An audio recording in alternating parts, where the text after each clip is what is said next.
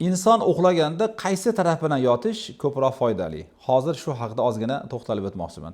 Tabiiy savol tug'iladi. Nima uchun siz gapiryapsiz buni? Hozir bu savolingizga inshaalloh javob olasiz. Avvalo, musulmon odam qiblaga qarab o'ng tarafni bosib yotish sunnat amali ekan. Payg'ambarimiz sollallohu alayhi vasallam shunday uxlaganlar. Endi biz ummatlarga, ya'ni musulmonlarga qanday foydalari bor? Haligi savolingizga qaytamiz. Men jigar sirroz bo'lib, Hindistonga borib perisadka bo'lib, ya'ni jigarni almashtirganimda birinchi doktorda ko'rsatmasi o'ng tomoningizni bosib yoting degan.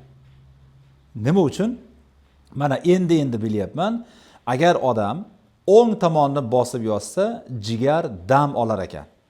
Ya'ni qon aylanish sistemasi yaxshilanar ekan. Qolaversa, ovqat hazm qilish ham jarayoni o'nglanar ekan. Ya'ni yaxshilanar ekan. Ya'ni og'riq hissini sezmas ekan. Ya'ni jigarni bosib yotganda. Ya'ni safro ajralishligiga yordam berar ekan. Mana 4 ta foydasini o'rganganman. Demak, jigar xastaligidan qiynalayotgan bemor, jigar sirroz bo'ladimi, gepatit B, C, D bo'ladimi, jerovoy gepatozmi, xullas jigaridan muammosi bor odamlarga o'ng tomonni bosib yotsangiz juda ham katta foydasi bor ekan. Mana nima uchun men bu sohada gapiryapman. O'zim boshimdan o'tkazganman. Ya'ni Hindiston, Dehlida jigarni almashtirib chiqqanimda doktor menga birinchi bo'lib o'ng tomoningizni bosib yoting degan. Endi qarang, tahlil qilaylik. Agar chap tomoningizni bosib yotsangiz-chi, jigar osilib turar ekan. Jigar odatda o'ng tarafda bo'ladi-da. Jigar osilib qolar ekanda, qiynalar ekan. Ya'ni hazm qilish ham, ya'ni o'ziga yordam kerak ekanda buni. Qanday boshqa tanalarga yordam bera oladi? Jigar osilib turgan vaqtda qiynalar ekan. Ayniqsa perisadka bo'lganmiz u. Menga 70%, ya'ni sog'lom jigardan 70% olib qo'ygan.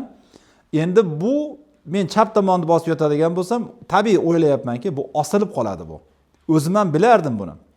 Ba'zida masalan o'ng tomonni ko'proq bosib yotib yorsam, ya'ni bu tomonlar ya'ni ozib ketganman-da, endi mana ko'ring, 60 kilo qolganman operatsiyadan chiqqanimda.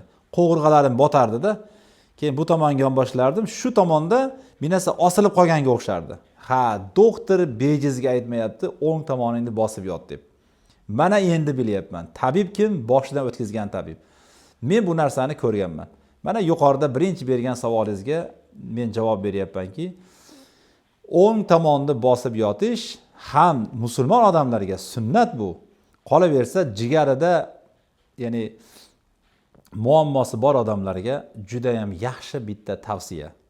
Yana so'zimni oxirida aytaman. Bizda hozir qonuniy litsenziya bor. Hindistonga olib borish, bemorlarni Hindistonni eng yetakchi klinikalarni tavsiya qilish. Jigar transplantatsiyasi, buyrak transplantatsiyasi, oshqozon, artrit kasallari, Parkinson, suyak masalalari. Xullas, sizni nima bezovta qilyapti? Hindistonda nima qilishlik kerak siz uchun? Hindiston doktorlari qanday sizga naf yetkiza oladi? Bizga murojaat qiling. Mana shu telefon raqamlar shaxsan o'zimniki. Bizda litsenziya bor. Ya'ni litsenziya davlat tomonidan turistik faoliyatni amalga oshirish uchun litsenziya.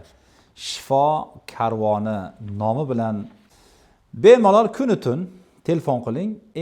Hindistonda eng yaxshi klinikalarni tavsiya qilamiz. Kanalimizga obuna bo'lib qo'ying. Bemalol qo'rqmang, like ayamasdan bosavering. Sabab sizni ham kimgadir foydangiz tegsin.